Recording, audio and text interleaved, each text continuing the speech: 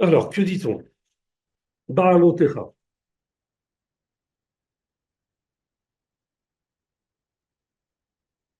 Baalotecha, ça signifie lorsque tu feras monter. Monter quoi? En réalité, on s'adresse à Aaron qui va allumer la menorah et il va faire monter les lampes, c'est-à-dire la lumière des lampes de la menorah.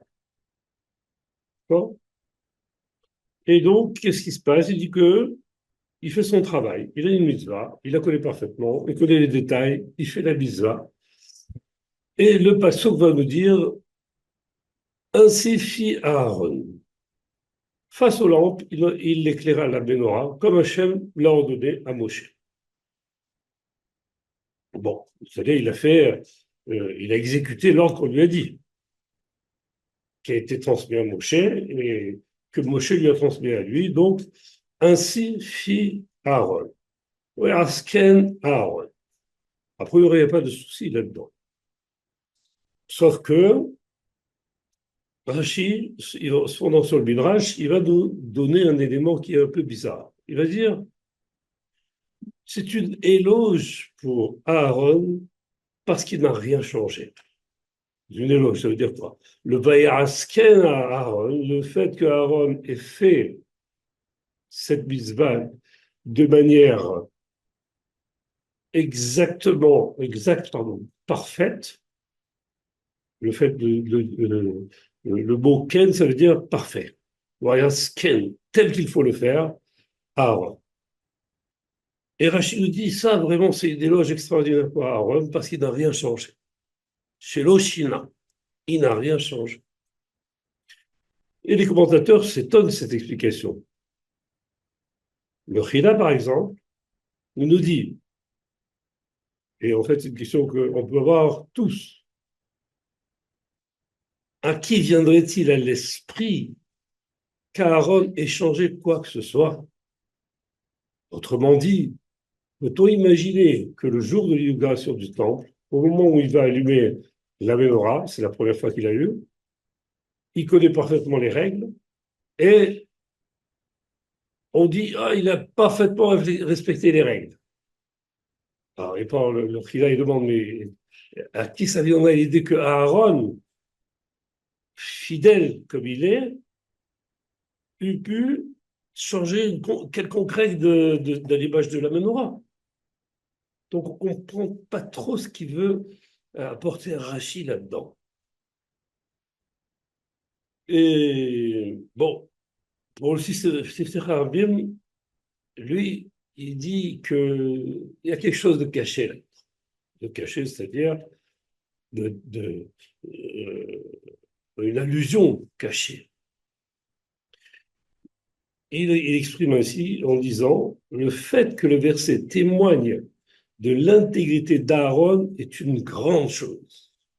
Très bien. Donc, en quelque sorte, qu'Aaron ait fait la mitzvah, c'est parfait. Il l'a fait parfaitement, il l'aurait fait parfaitement de toute façon, puisqu'il est fidèle à ce qu'Akadosh Baruch Hu lui demande. Maintenant, le fait que la Torah, elle mentionne qu'il l'a fait parfaitement, ça cache quelque chose. C'est ça que veut dire le système arabe. Alors, pour bien essayer de comprendre qu'est-ce qu'il y a derrière tout ça, on va ramener un épisode qui n'a rien à voir et qui est situé dans la Gemara. C'est en fait un épisode de Haggadah, une histoire, qui dit comme ça. Il y avait deux grands rabbinim, Rabbi Yossé ben Kisma et Rabbi Yossé ben Teradion. Rabbi Yossé ben Kisma,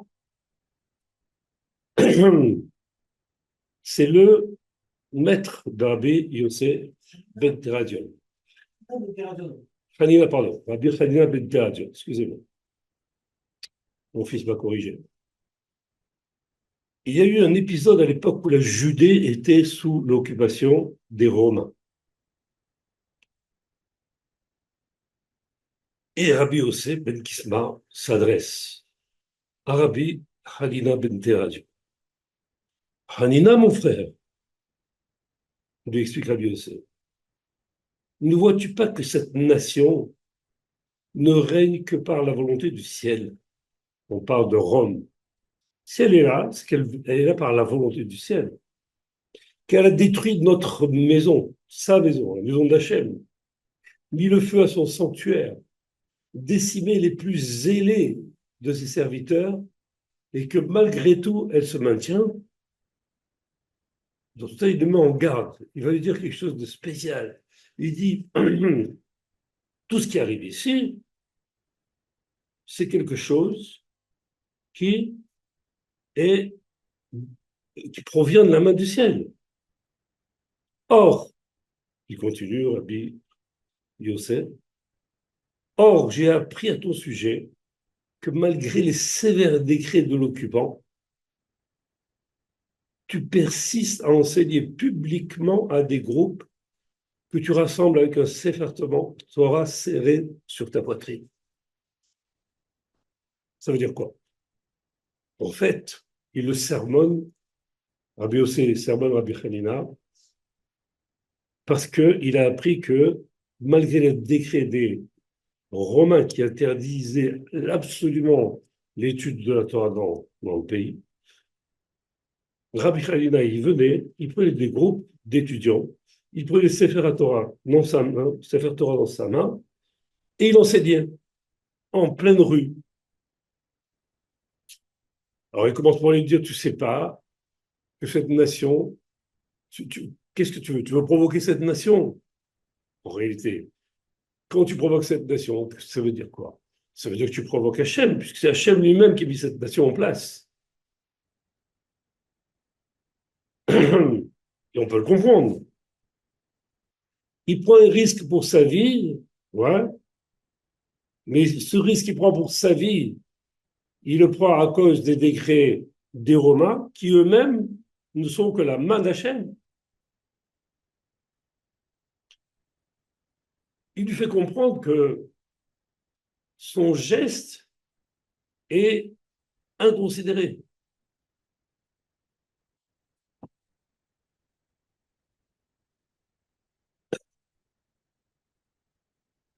Et il précise encore Rabbi Yossé à Rabbi Hanina. Ce qui est marqué dans le Midrash Michelet, quand un homme accède à la royauté, son cœur est entre les mains d'Hachem. Tous les décrets qu'il prononce sont d'abord proclamés par Hachem.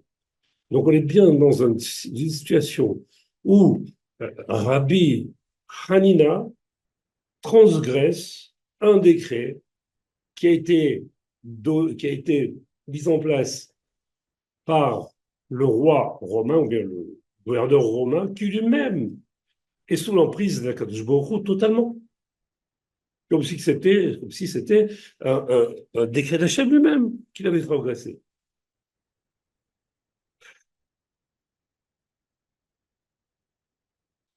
À cette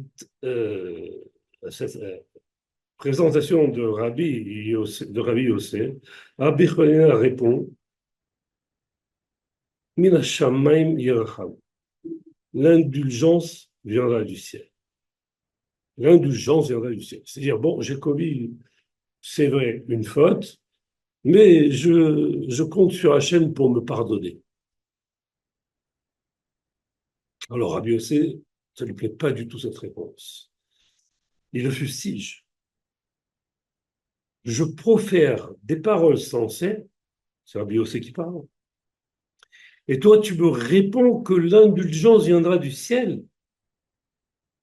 Et il dit, je ne serais pas étonné que les Romains te jettent au feu avec ton Sefer Torah.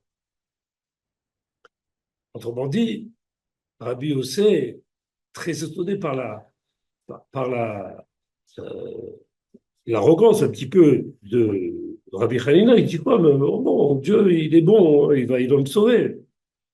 On n'a rien à demander à Dieu. Dieu, il fait exactement ce qu'il veut.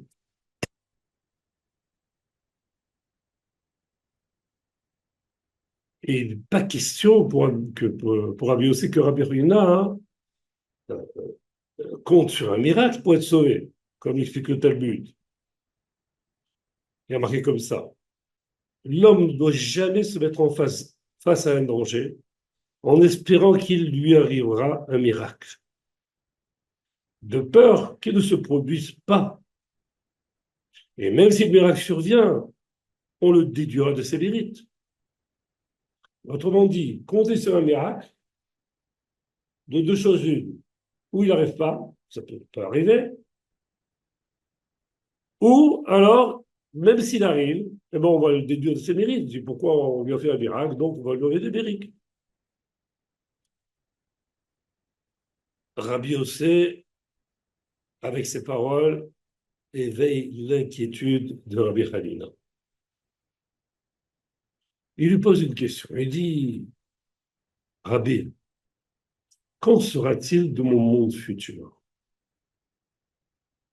Rabbi Yossé lui répond, lui demande plutôt, peut-être as-tu eu un jour l'occasion d'accomplir un acte de valeur? En d'autres termes, ce qui peut te sauver, donc, et t'accorder le monde futur, ce serait que tu aies un jour fait un acte de grande valeur. Est-ce que tu peux, en regardant le déroulé de ta vie, voir si une fois au moins tu as fait un acte de grande valeur? Et le Maral y explique que c'est à partir d'un acte que l'on peut découvrir qu'un homme mérite le monde futur. Comme ça, il dit. Ça reste à prouver, mais si le Maharal le dit, c'est qu'il y a des actes qui sont tellement puissants qu'ils ont la possibilité de démontrer que la personne, elle va aller au monde futur. En d'autres termes, la grandeur d'un homme ne peut se révéler qu'à travers ses actes. Alors Rabbi Khadina, il va répondre à Rabbi Youssef. Il dit oui, j'ai un acte. Quel acte? L'argent que j'avais réservé pour le bicheté de Purim, le festin de Purim, s'est substitué à l'argent réservé à la Tzedaka. Et malgré tout, j'ai tout partagé entre les pauvres. Qu'est-ce qu'il veut dire par là? Il veut dire qu'il devait être responsable de la caisse, de la Tzedaka, et il avait une bourse qui est réservée à ça, c'est Rachid qui explique tout ça, évidemment. Il avait une autre bourse dans laquelle il avait mis l'argent de son micheté. C'est-à-dire qu'il comptait participer à un micheté et donc acheter tous les ingrédients qui étaient là pour pouvoir participer au micheté. Or, il s'est avéré que les deux bourses sont inversées. Il ne savait plus laquelle était destinée au micheté et laquelle était destinée aux, aux pauvres. Ah, c'est d'accord. Qu'a-t-il fait? Il a pris les deux bourses, il les a distribuées en tzedaka. Donc, il n'a pas fait de micheté. Micheté de pourri, il a dit, tant pis, je ne fais pas. Et là, la réaction du Rabbi Yossé devient incompréhensible, totalement incompréhensible. Il dit comme ça, si l'on est ainsi, si ton histoire, elle est vraie, alors que ma part du monde futur soit une part de la tienne et que mon sort soit attaché au tien. Donc le maître de Rabbi Yossé, en écoutant ça, il a compris une chose, c'est qu'il y avait derrière cet acte-là de Rabbi Hanina quelque chose qui était hors du commun, à tel point que lui-même voulait être une part voulait posséder plutôt une part du monde futur de Rabbi Hanina, son élève. Alors maintenant, si on fait le parallèle entre les deux actes de Rabbi Hanina, le premier, c'est d'avoir enseigné malgré les dangers, malgré l'interdit, la Torah à ses élèves, avec un Sefer Torah dans la main. Et de l'autre côté, un acte de Purim qui a l'air plus ou moins banal. Banal. Bon, il s'est trompé de bourse, il a été, comment dire, très généreux, il a donné tout aux pauvres. D'accord? Ça, tout le monde peut le faire. Mais nous, on a lieu de s'étonner. Son acte de Purim peut-il être plus grand que de rassembler des groupes comme ça pour enseigner la Torah? C'est certain que quelqu'un qui enseigne la Torah risque de sa vie. Il fait un acte extraordinaire, certainement plus grand que de se priver du festin de Purim, a priori.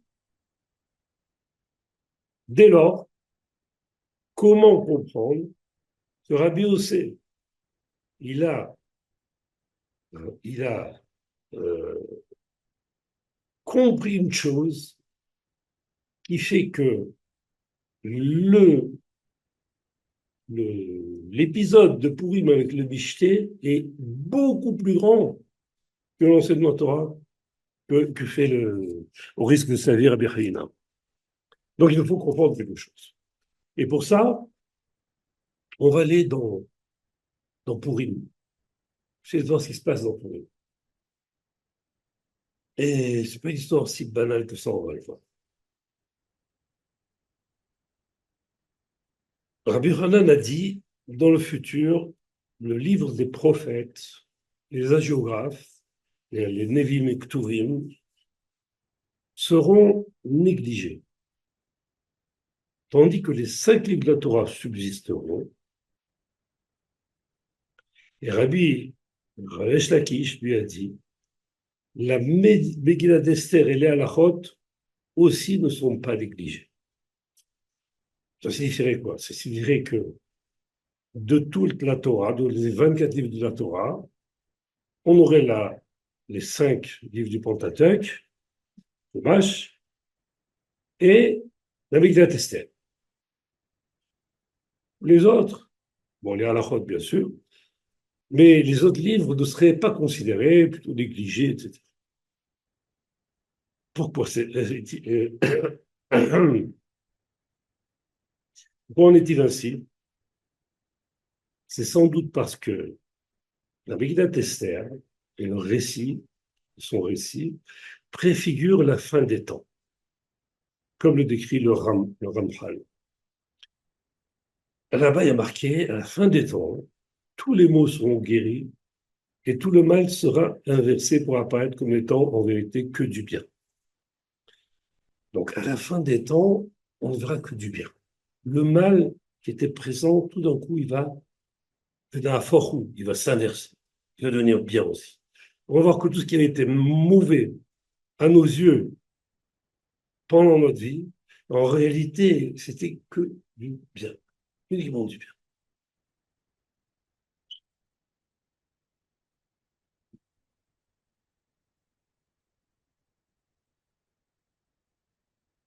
Bon, on le sait en réalité, puisqu'on répète fréquemment tout ce que fait Hachem, c'est pour le bien qu'il le fait. Mais entre le fait de le dire et le fait de le ressentir, il y a une certaine distance. Maintenant, euh, à la fin des temps, il va se passer une chose un peu spéciale que nous raconte le prophète Ishaïaï. Il dit que à la fin des temps, la terre sera emplie de la connaissance d'Hachem, comme les océans seront remplis d'eau. Sont remplis. Autrement dit, la fin des temps va donner accès à l'homme à une connaissance extraordinaire, connaissance d'Hachem, qui est un objectif de la création en réalité. Je ne vais pas entrer dans le détail. Cet objectif-là, de connaître Hachem, on va le connaître à la fin des temps. Maintenant, la Megillah et surtout l'histoire de Purim préfigure la fin des temps. Autrement dit, on doit y trouver quelque chose qui va ressembler à ce qu'est la fin des temps. Or, le jour de Purim est en réalité un avant-goût de la joie que l'on connaîtra à la fin des temps, cette joie d'arriver à la connaissance d'Hachem. Rabbi Hanina, il savait parfaitement que le sommet de la joie en ce jour, c'était le festin, comme l'indique le verset, un jour de festin et de joie. Donc, Purim, il y a plusieurs mitzvot dans Purim, on les connaît, et une mitzvah qui est un peu particulière, qui s'appelle le festin. C'est-à-dire, il faut se réjouir, arriver à la joie. Qu'est-ce que c'est que ce festin, en réalité? En réalité, le michté, pour quelqu'un qui a compris toute tout déroulement de la Torah, et si on regarde bien, la fête de Purim, c'est la dernière fête de l'année. La fête de Pessah, c'est la première fête de l'année. Pessah, nous sommes en réalité des gens qui sont incultes, plongés dans la Touma d'Égypte. Et puis petit à petit, on va s'élever, on va arriver à Shavuot, on va recevoir la Torah, on va grandir, on va faire tchouva, on va arriver au fait de Sukkot, etc., où on va s'élever. Et le summum de l'élévation, c'est à Purim. Pourquoi? Parce que Purim préfigure la fin des temps. Et que, on voit bien comment ça se passe dans Purim. L'histoire, elle est comment?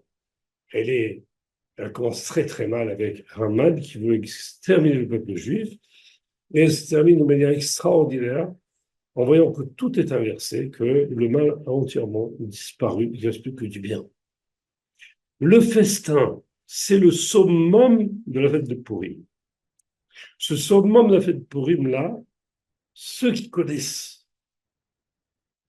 la profondeur de la fête de Purim et la profondeur du festin ne rateront jamais un festin de Purim.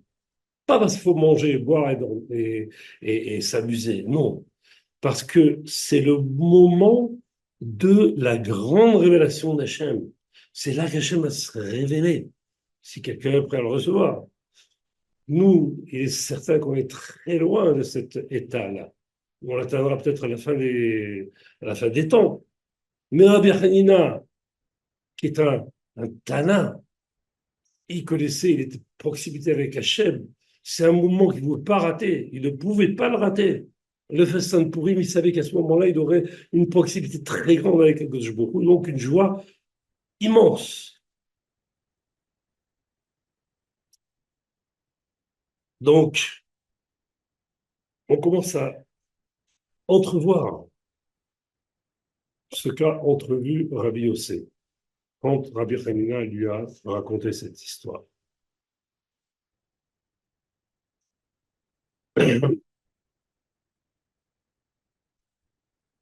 Rabbi Yossé, il connaissait cette joie. Il saisit la grandeur de Rabbi Hanina et comprit que, comme l'écrit le Maharal, même la part de bien de Rabbi Hanina mérite de recevoir en ce monde, lui est conservé dans le monde futur. Donc, il a tout reçu et même ce qu'il a reçu dans ce monde lui est conservé, même s'il n'en a pas profité. Ça veut dire quoi? Que Rabbi aussi a compris que Rabbi Hanina, il s'était privé d'une chose dont personne ne serait privé. Quand j'ai inversé les deux bourses, je prends une partie pour la tzedaka, une partie pour le michté, je ne peux pas rater le michté. Purim, on ne rate pas le michté. Pour un Tana, Purim, le michté de Purim, c'est quelque chose qui le rapproche d'Akadosh au plus haut. Et on voit que Rabbi Yossé, lui, pardon, Rabbi Hanina, lui, il a renoncé à son michté. Rabbi Yossé a compris la grandeur de Rabbi Hanina à travers cet épisode. Et malgré tout, Rabbi Hanina, il va finir exactement comme l'avait prévu Rabbi Yossé, c'est-à-dire qu'il va finir, les Romains vont cerner avec les feuilles, les parchemins du Sefer Torah, et ils vont y mettre le feu. Donc maintenant, on va être très éloigné apparemment de notre histoire avec Aaron. Et pourtant, il y a un lien entre nous. C'est-à-dire que Rabbi Hanina, quand il était là enseigner la Torah, il l'a fait de manière totalement désintéressée. Il n'avait pas peur de mourir. Il n'avait pas peur du décret romain. Il voulait enseigner la Torah parce que c'était indispensable de le faire. Et c'était sincère. C'est-à-dire qu'il avait complètement désintéressé. Maintenant, on ne peut pas deviner ce qui se passe dans sa tête. Rabbi Yossé, lui, il a dit, qu'est-ce que tu as fait? C'est très dangereux ce que tu as fait. C'est-à-dire que si ton intention n'est pas bonne, ton geste ne va absolument rien. Tu prends un risque pour rien. Et tu seras puni. Comment Rabbi Hanina pouvait-il savoir si, pardon, comment Rabbi Yossé pouvait-il savoir si Rabbi Hanina était sincère? Comment? Il dit, est-ce que tu as un acte? Montre-moi un acte où je peux mesurer ta sincérité. Et j'ai raconté donc l'histoire du Michelet. Dans le Michelet, on voit qu'il a renoncé à quelque chose auquel personne ne peut renoncer. Des grands, je parle des grands évidemment, ne peut renoncer parce qu'il sait la grandeur de ce qu'il a raté, qu'il a laissé tomber. Donc il avait une sincérité totale. Il avait un tzedaka avec l'argent avec laquelle dont il pouvait se servir pour aller à la rencontre de Dieu au cours du Michelet. Donc là, c'est la même chose. Ça, le geste de Rabbi Hanina, lorsqu'il était rencontré à Rabbi Yossé, a démontré à Rabbi Yossé la sincérité de Rabbi Hanina à tel point qu'il voulait être à côté de lui pour avoir une part au moins de son monde futur. Donc on voit ici la grandeur de Rabbi Hanina grâce à cet acte. Maintenant j'ai Aaron, que se passe-t-il? On dit que au moment où il y a eu l'inauguration du Mishkan, les 12 tribus ont offert chacune un cadeau, une offrande, on dit, et toutes les tribus ont offert exactement le même offrande. Or, Aaron n'a pas été appelé. Et on ne lui a rien demandé. Il n'a pas été invité, comme dit le Tanchuma. Aaron ne fut pas invité à apporter d'offrande comme les autres chefs de la tribu. Il pensa, malheur à moi, peut-être est-ce pas ma faute qu'Hachem refuse de recevoir la tribu de Lévi. Effectivement, la faute euh, de Aaron, c'est, on s'en veau d'or tout de suite. Il dit, c'est peut-être à cause de ça qu'on ne m'invite pas à offrir une offrande. Mais Hachem demande alors à Moshe de dire à Aaron. Mais il dit, Moshe dit à Aaron, non, sur l'ordre de Moshe, prépare-toi à quelque chose d'encore plus grand que les offrandes. Des choses qui surpassent, dépassent les offrandes des Lévites, qui est déjà une chose extraordinaire. Ramban, lui, il insiste sur l'importance de l'éclairage de la menorah. Cette grande mitzvah fait allusion à une chose suprême et à un secret extraordinaire. Ramban, il connaissait beaucoup de secrets. Quand il dit c'est un secret, évidemment, c'est un secret. Et donc, il ne nous le dévoile pas. Mais il nous fait bien comprendre que c'est quelque chose de suprême, c'est-à-dire extrêmement élevé. Ce que Aaron savait aussi. Donc, on peut comprendre la difficulté pour Aaron d'accomplir une mission aussi importante sans en tirer de satisfaction personnelle. C'est pourquoi le Midrash précise, il appliqua à la lettre les instructions de Moshe. Le Midrash ne vient pas vous apprendre qu'Aaron n'a changé aucun détail de cette mitzvah. Ça, c'est évident, depuis le début. On ne peut pas imaginer qu'il va changer quelque chose dans les détails, la pratique de la mitzvah. C'est pourquoi Rashi explique, c'est une déoge pour Aaron parce qu'il n'a rien changé. Oshina. Que veut nous apprendre Rashi? Rashi, il veut nous dire que malgré sa position de Kohen Gadol et la grandeur de cette mitzvah, imaginez, dans le Beth Amikdash, bon, c'était dans le Mishkan, tous les yeux sont portés sur lui.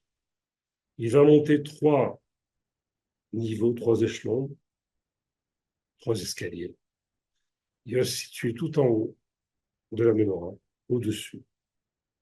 Et il va allumer la menorah, qui est, comme le dit, quelque chose de suprême, dit le Rambam.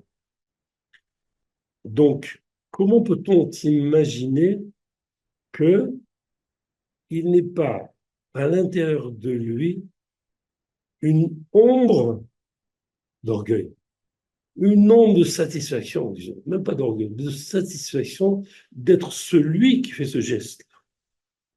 Comment peut-on imaginer ça? C'est impossible. Et en plus, on ne peut pas deviner ses intentions. C'est-à-dire qu'il a peut-être eu quelque chose qui est de l'ordre ou de l'orgueil ou de satisfaction personnelle quelconque d'être arrivé à ce niveau-là. C'est pour ça que Rashi nous dit Aaron n'a rien changé de la mitzvah. Ça, c'est du point de vue de l'acte, mais aussi et surtout du point de vue de son intention. C'est-à-dire qu'il avait une pureté d'intention absolue, totale. Il a fait écran à tout ce qui aurait pu le mettre en lumière sa personne et accroître cette fierté, afin que son acte fût entièrement consacré à Hachem. Maintenant, puisqu'il est impossible de voir ça de l'extérieur, aucune personne ne peut imaginer ce qui se passe à l'intérieur de la personne. Quelle est son intention à Aaron? Alors, le verset vient nous dire We'asken Aaron. Aaron a fait ce qu'il devait faire. Ça veut dire il n'a rien changé, comme dit Rachid. Il n'a pas changé lui-même sa personne à cause de cet acte-là. Il aurait pu devenir orgueilleux tout d'un coup. Il aurait pu devenir quelqu'un d'arrogant vis-à-vis des autres, etc. Ou bien il peut avoir, ne serait-ce que dans l'esprit, l'idée qu'il est au-dessus de tout le monde. Dans l'esprit, je parle, sans le montrer à personne. Mais pour être sûr qu'on n'en vienne pas à penser à ça, la Torah elle-même, elle vient témoigner que Aaron n'a n'a rien changé, c'est-à-dire que lui-même n'a pas changé. Il est resté d'une intégrité absolue. Alors, quel rapport avec l'histoire de Rabbi Hanina? C'est que là, on voit que dans Rabbi Hanina, c'est son acte qui a dévoilé son intention, l'intégrité de son intention. Et que ici, dans Baalotra, Aaron, pour pouvoir montrer qu'il était intègre, c'est la Torah elle-même qui va témoigner. Voilà, ça c'est le déroulement de cette paracha. Et montrer comment, à quel point, il est difficile à un homme d'avoir une intention qui est bonne, même quand il agit. Maintenant, nous, on a une habitude, c'est de juger les gens d'après ce qu'ils font et d'y trouver des défauts en général. Bien plus de défauts chez les autres que ce qu'on trouve comme de défauts chez nous.